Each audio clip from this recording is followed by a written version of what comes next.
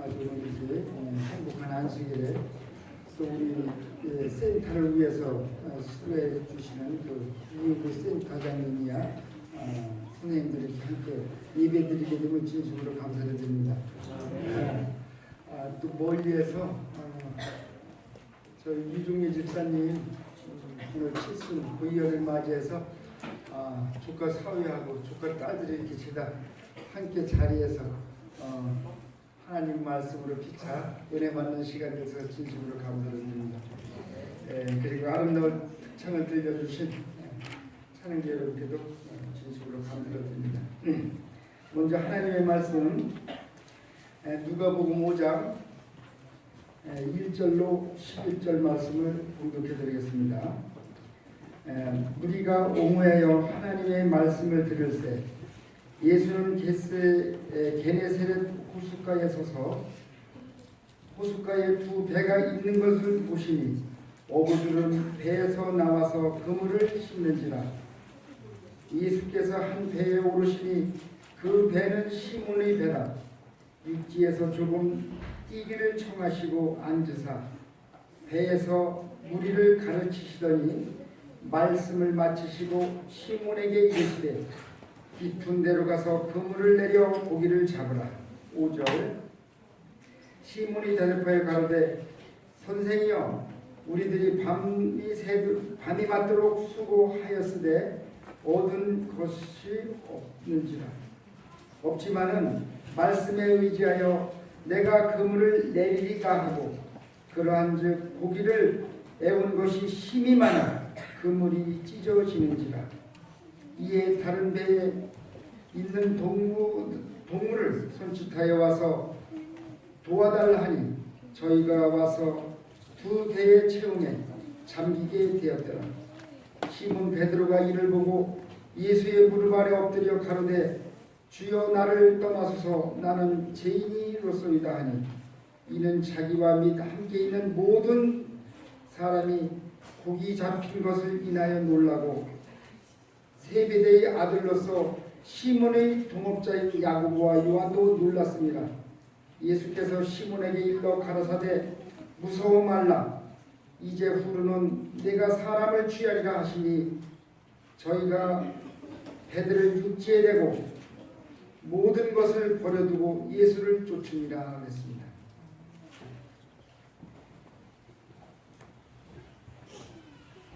저는 오늘 누가복음 5장 1절로 11절 말씀을 통해서 하나님이 쓰는 사람 이라는 제목을 가지고 정리해 보도록 하겠습니다. 각 가정마다 많은 그릇들이 있으리라 믿습니다. 사기 그릇도 있고 나무 그릇도 있고 또 요즘에는 많이 그 플라스틱 그릇이 유행하고 있죠. 그러나 작은 그릇, 큰 그릇, 밥그릇, 국그릇 여러 종류의 그릇들이 있습니다. 하지만은 1년 내내 싱크대 안에서 나오지도 못한 그런 그릇들도 있습니다. 그런데 오늘 성경 말씀에서는 그릇 성도들을 그릇으로 비유할 때가 있습니다. 디모데후서 2장 20절 말씀에 보면은 큰 집에는 금과 은의 그릇이 있을 뿐 아니요 나무와 질그릇도 있어 귀 쓰는 것도 있고 천이 쓰는 것도 있나니 그러므로 누구든지 이런 것에서 자기를 깨끗하게 하면 귀 쓰는 그릇이 되어 거룩하고 주인의 쓰임에 합당하며 모든 선한 일에 예비함이 되리라 했습니다. 기왕 우리가 그리스도인으로서 예수를 믿고 하나님을 믿고 구원받은 백성으로 부름을 받았다면 우리가 꼭 금그릇, 은그릇은 되지 못할지라도 하나님께서 요긴하게 사용하는 그런 쓰임받는 그릇이 되어야 되지 않을까 하는 그런 생각을 갖고 왔습니다.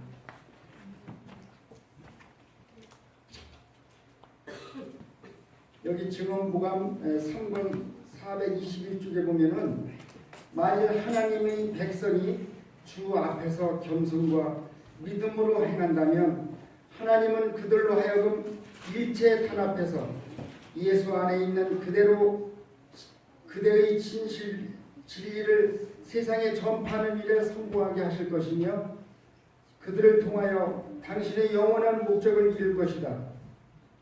그분은 남자 여자 그리고 어린 아이들까지 모든 사람을 사용하셔서 세상의 빛을 전달하게 하시고 그 계명을 참되게 지킬 한 백성을 불러내실 것이다 그랬습니다. 여러분, 이 마지막 시대에 사는 하나님의 정말 영광스럽게 사용하는 그런 위대한 그릇이 되기를 간절히 바랍니다. 오늘 본문 말씀은 베드로에 대한 이야기인데 여러분이 아는 것처럼 베드로는 예수님의 그 수제자였습니다. 그가 오순절에 설교할 때 하루에 3,000명씩 회개하는 능력이 사도였던 것을 우리가 알 수가 있습니다.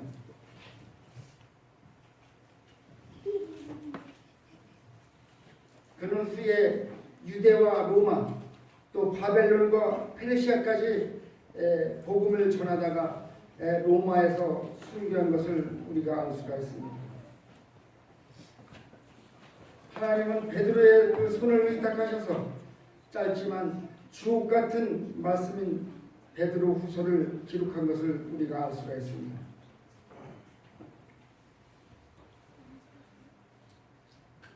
베드로는 우리 인간을 눈으로 볼 때 금그릇도 아니요 은그릇도 아니요 그저 흙으로 만든 가장 못난 질그릇 같이 보였던 것입니다. 그런데 하나님께서는 그를 정말 영광스럽게 사용하셨던 것을 우리가 알 수가 있습니다. 우리 주님은 사람을 흙으로 빚으신 것처럼 우리가 혹 질그릇 같은 존재라 할지라도 주님의 손에 들려진다면 주님은 창조의 능력으로 우리를 영광스럽게 빚으시고 주님의 사업에 요긴하게 사용하신다는 사실을 믿으시길 바랍니다.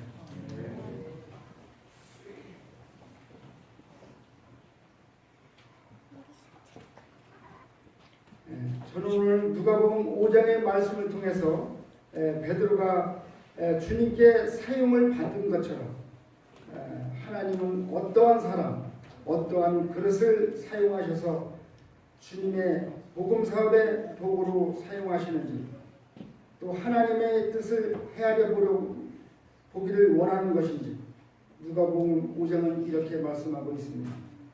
1절에 무리가 몰려와서 하나님의 말씀을 들을새 예수는 게네사렛 호숫가에 서서 호숫가에 배 두 척이 있는 것을 보시니 어부들은 배에서 나와 그물을 씻느니라 했습니다. 예수님은 이 복음서에서 게네사렛 호수 주변에서 주로 많은 활동을 하신 것을 우리가 알 수가 있습니다. 제자들을 임명하기도 하셨고 또 천국 설교를 주시기도 하셨고 성난 파도를 꾸짖으시며 잠잠하라 고요하라 하신 것도 이곳입니다. 또 물 위를 걸어서 제자들에게 나타나신 것도 바로 이 호숫가였습니다. 4절 말씀을 마치시고 시몬에게 이르시되 깊은 데로 가서 그물을 내려 고기를 잡으라 이렇게 말씀을 하셨습니다. 베드로가 대답합니다. 시몬이 대답하여 가로되 선생님 우리들이 밤새도록 수고하였으되 잡은 것이 없지만은 이랬습니다. 여러분 베드로가 밤새도록 그물을 내렸지만 한 마리도 잡지 못했어요. 그래서 이제 그물을 씻으면서 예수님의 말씀을 듣고 있었던 것입니다. 밤새도록 수고하였는데 한 마리도 잡지 못한 베드로의 모습을 생각해 보십시오. 저는 오늘 베드로의 모습이 우리의 모습이 아닌가 하는 생각을 다시 한번 해봅니다. 여러분 오늘날 우리 대한민국에 국민소득 3만 불이 넘는 이 시대에 살고 있습니다. 선진국가에 사는 여러분과 저가 편안하십니까? 아니면 고단하십니까?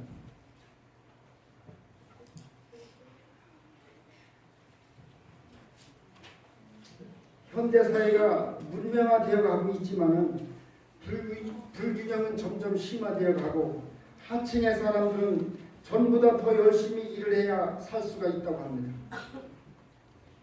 상층에 위치한 사람들은 급변하는 경제 환경 속에서 대비하기 위해 더 열심히 일을 해야 합니다. 우리는 글로벌 시대에 세계적으로 경쟁을 해야 한다. 조금만 일을 내려놓으면 새로운 제품이 나타나고 기술 혁신이 벌어진다. 지금과 같은 초경쟁 시대에는 모든 걸 다 바쳐야 살아남을 수가 있다. 물질적으로 풍요해졌으나 우리는 더 오랜 시간 일하고 더 절박한 심정으로 살고 있다. 더 열심히 자신을 판매하여야 살아남을 수가 있다 했습니다. 지금 이렇게 우리가 수고하고 힘든 세상에 살고 있습니다.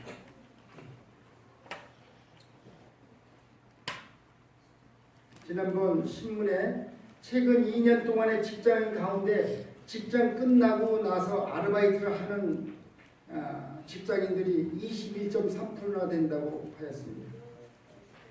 그런데 그들이 알바를 하는 이유가 여행 가기 위해서가 아니고 가정 생계를 위해서라 이렇게 얘기했습니다.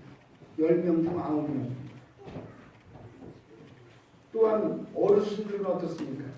우리나라도 이제 선진국가에서 복지에 대한 정책이 정부에서 많은 지원을 하고 있습니다만은 노인이 되면 좀 편해질까 생각들을 했습니다만은 경제적으로 힘겨운 노인에게는 세 가지가 없다 그랬습니다.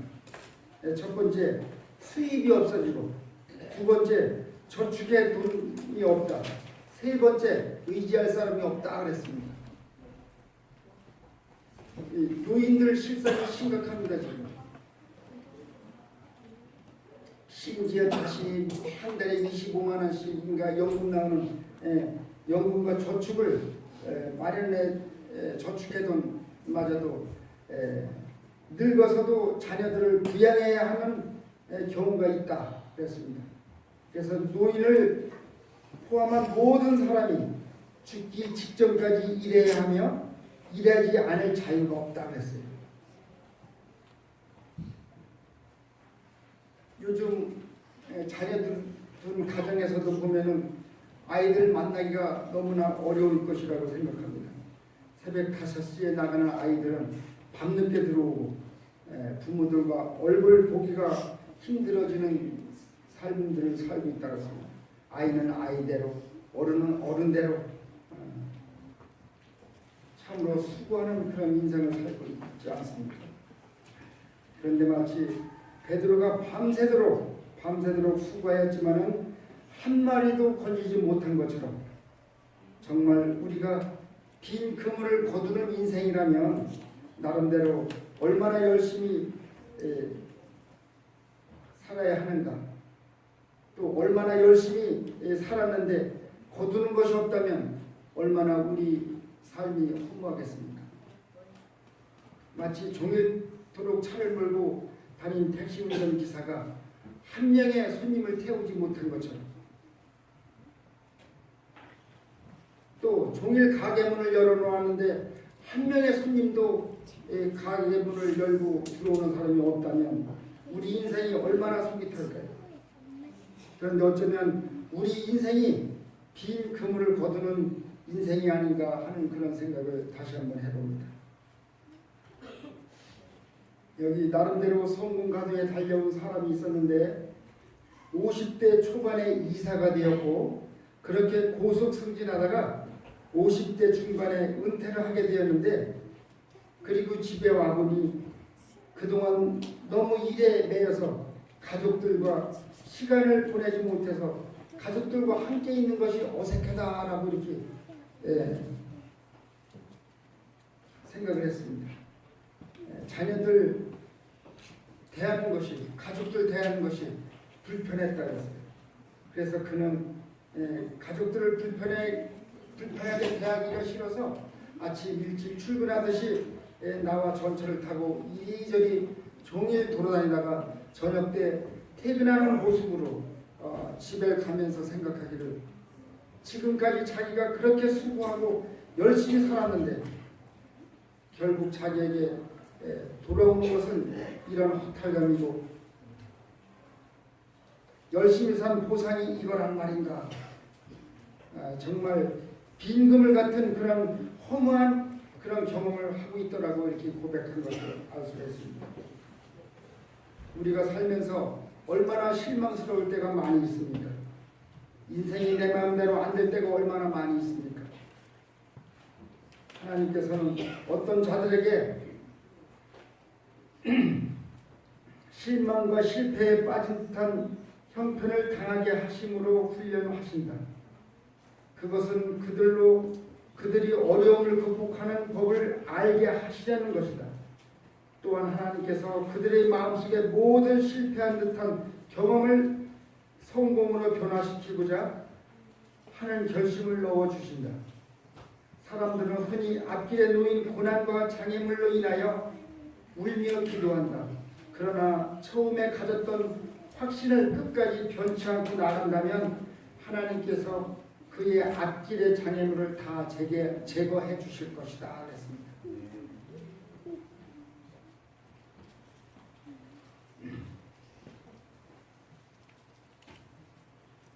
여러분, 힘들어하는 바로 그곳에 예수님이 찾아오셔서 여러분의 일으켜 주시고 그런 주님이심을 기억하게 되시길 간절히 바랍니다.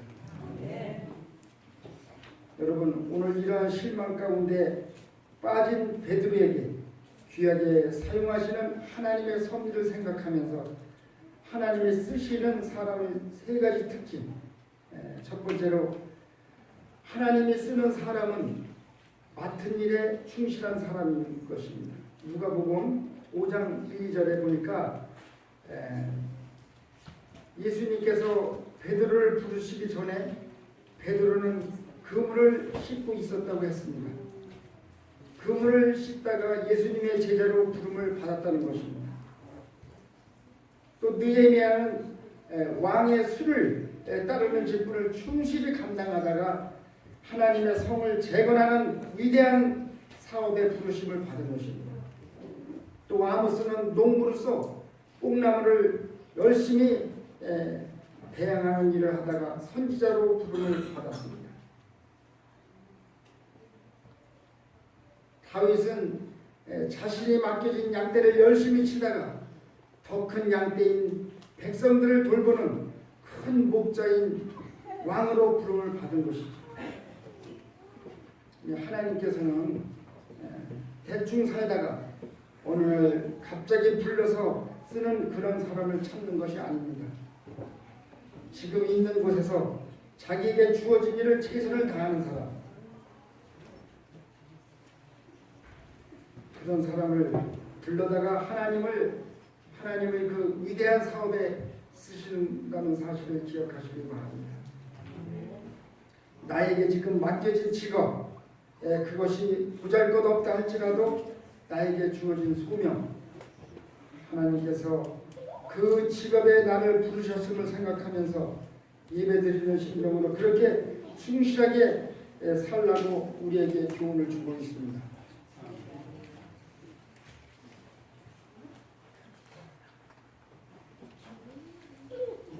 우리는 예수님의 그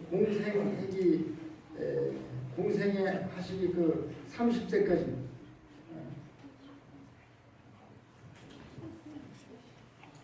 그분의 그 시간을 보면 나사렛에서 목수를 지냈는데 예수님이 만든 식탁들이 어땠을까요? 한쪽 다리가 짧고 길고 덜크덩거리고 삐그덕거렸을까요?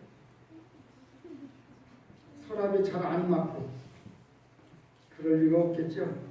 우주의 모든 별자리, 이 궤도가 한치 오차도 없이 틀림없이 돌아가도록 만드신 그 창조주 하나님, 사람을 아름답게 만드시고 저 산과 바다를 참으로 위대하게 만드신 그 하나님께서 그 작은 목공일 하나에도 얼마나 정성을 다하셨을까 하는 생각을 해봅니다. 마태복음 24장 40절 말씀에 보면은 예수님 재림하시기 전에 밭에서 일을 하다가 어떤 사람은 데려감을 당하고 여인은 맷돌을 갈다가 부름을 받았다고 했는데, 재림을 준비하는 것이 집 팔고 농 팔고 산으로 들어가는 것이 아니라 주님이 오시는 그날까지 맡겨진 일에 충성을 다하다가 주님의 재림을 맞이하는 것이 진정한 재림의 준비일 줄로 믿습니다.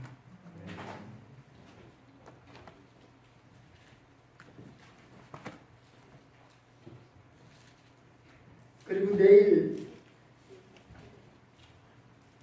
예수님이 오신다 할지라도 우리들이 앞서 말씀드린 것처럼 최선을 다해서 있는 곳에서 열심히 일을 하다가, 또 학생들은 열심히 공부를 해서 우리에게 맡겨진 최선의 일을 다하는 다해야 할 것입니다.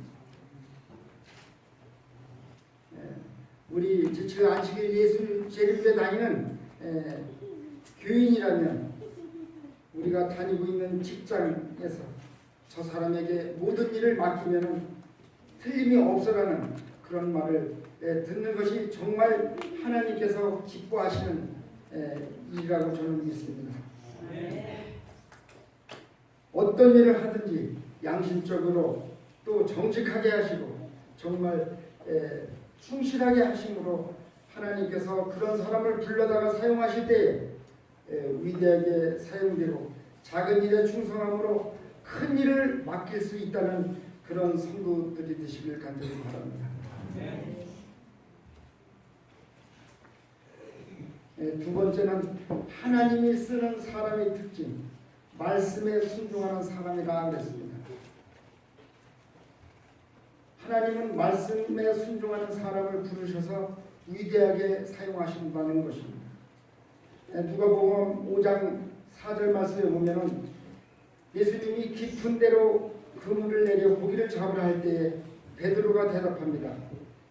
선생님, 우리들이 밤새도록 수고하였으되 잡은 것이 없지만 말씀에 의지하여 내가 그물을 내리라 할 때에 그 위대한 기적이 일어났던 것을 우리는 알 수가 있습니다. 청년에게 보내는 기별 66주에 보면은 청년들이 성령의 도우심에 힘입어 하나님의 말씀을 마음속에 받아들이고 그 말씀대로 순종하는 세계를 산다면 하나님께서는 그들을 위하여 큰 일을 행하실 것이다 그랬어요.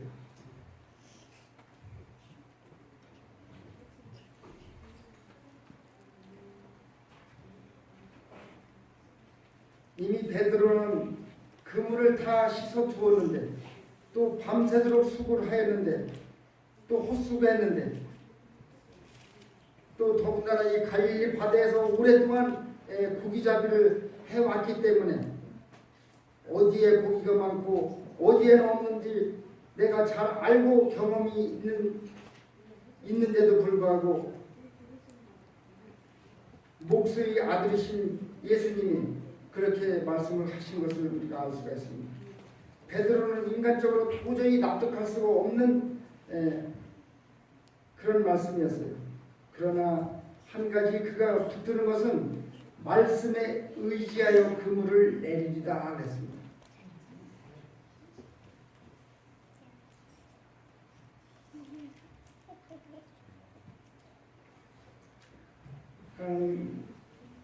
여러분, 때때로 우리 생각과 하나님의 말씀의 방향이 다를 때도 있습니다. 그러나 그럴 때 하나님의 말씀에 반드시 순종하게 되시길 바랍니다. 왜냐하면 이사야 55장 8절에 여호와의 말씀에 내 생각과 너희 생각과 다르며 내 길은 너희 길과 달라서 하늘이 땅보다 높음과 같이 내 길은 너희 길보다 높으며 내 생각은 너희 생각보다 높으니라 이렇게 말씀하고 있습니다.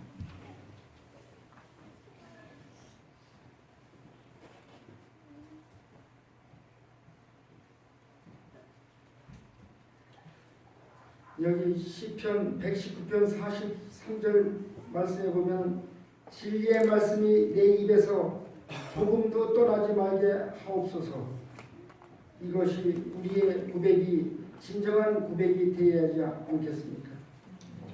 또 119편 115절 말씀에 보면 나는 내 하나님의 계명을 지키리로다 하는 결심이 우리의 결심이 되어야 하지 않겠습니까?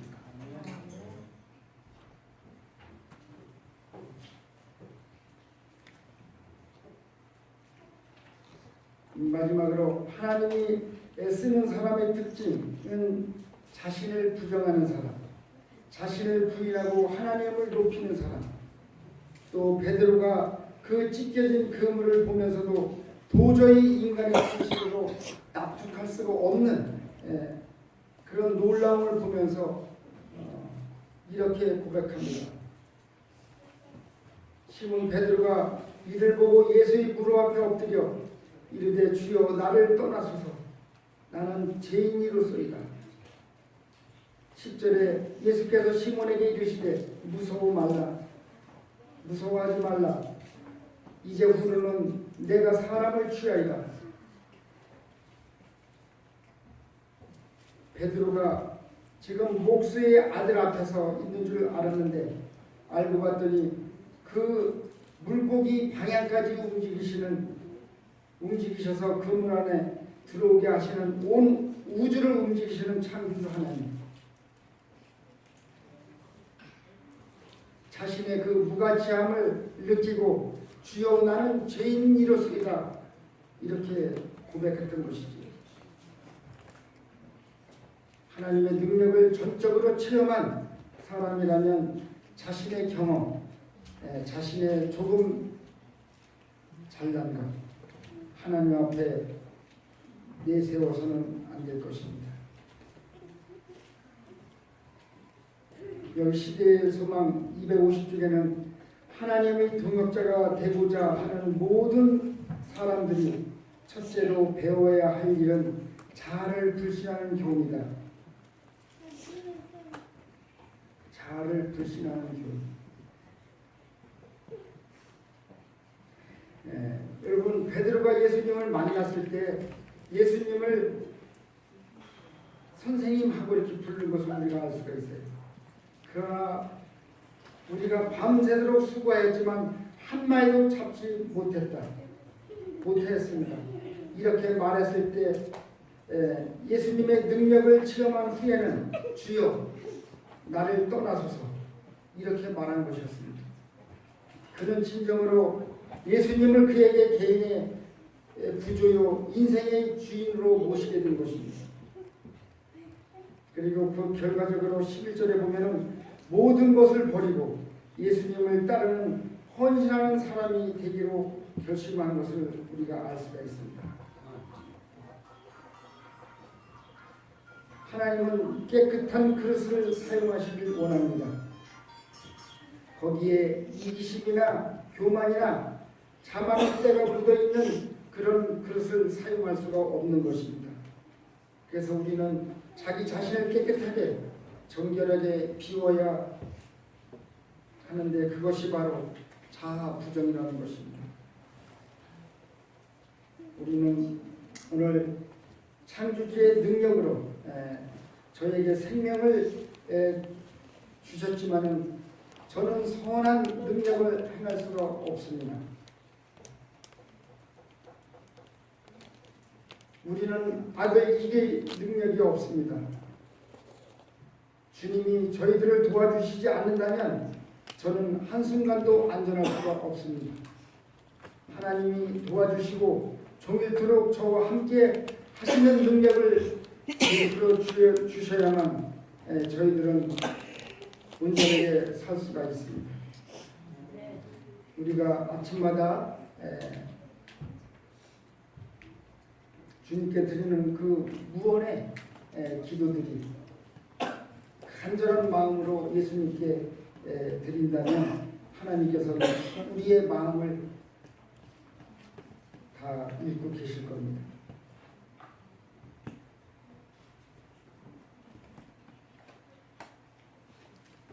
그래서 하나님께서는 이렇게 우리 자신을 부정하는 사람을 위대하게 사용한다는 사실을 다시 한번 기억하시길 간절히 바랍니다.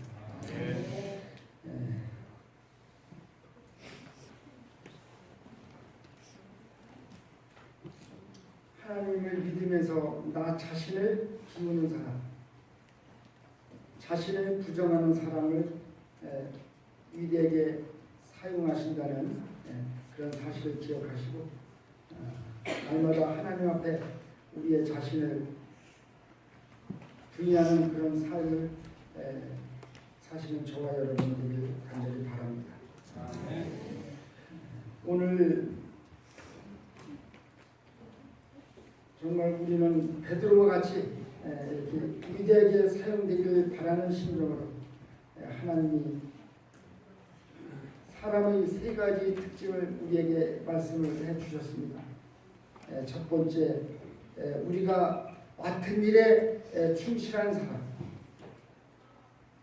지금 나에게 맡겨진 일에 최선을 다하는 사람은 분명히 하나님께서 사용하신다는 것입니다. 또 두 번째는 말씀에 순종하는 사람, 하나님은 내 생각대로 사는 사람이 아니라 말씀대로 순종하는 사람을 부르셔서 위대하게 사용하신다는 것입니다. 세 번째는 자아를 부정하는 사람, 자신을 깨끗하게 비우는 사람, 하나님은 그러한 사람을 위대한 그릇으로 사용하신다는 것입니다. 그래서 우리가 오늘 교훈 주는 이 세 가지 말씀을 통해서 우리가 어차피 예수님을 믿는 하나님의 백성으로서 하나님의 종으로 부름을 받았는데 저와 우리 모든 성도의 교우님들이 하나님을 정말 귀하게 유긴하게 쓰시고 사용하는 주님의 귀한 그런 그릇들이 되시길 간절히 바라면서 부족한 말씀 마치겠습니다.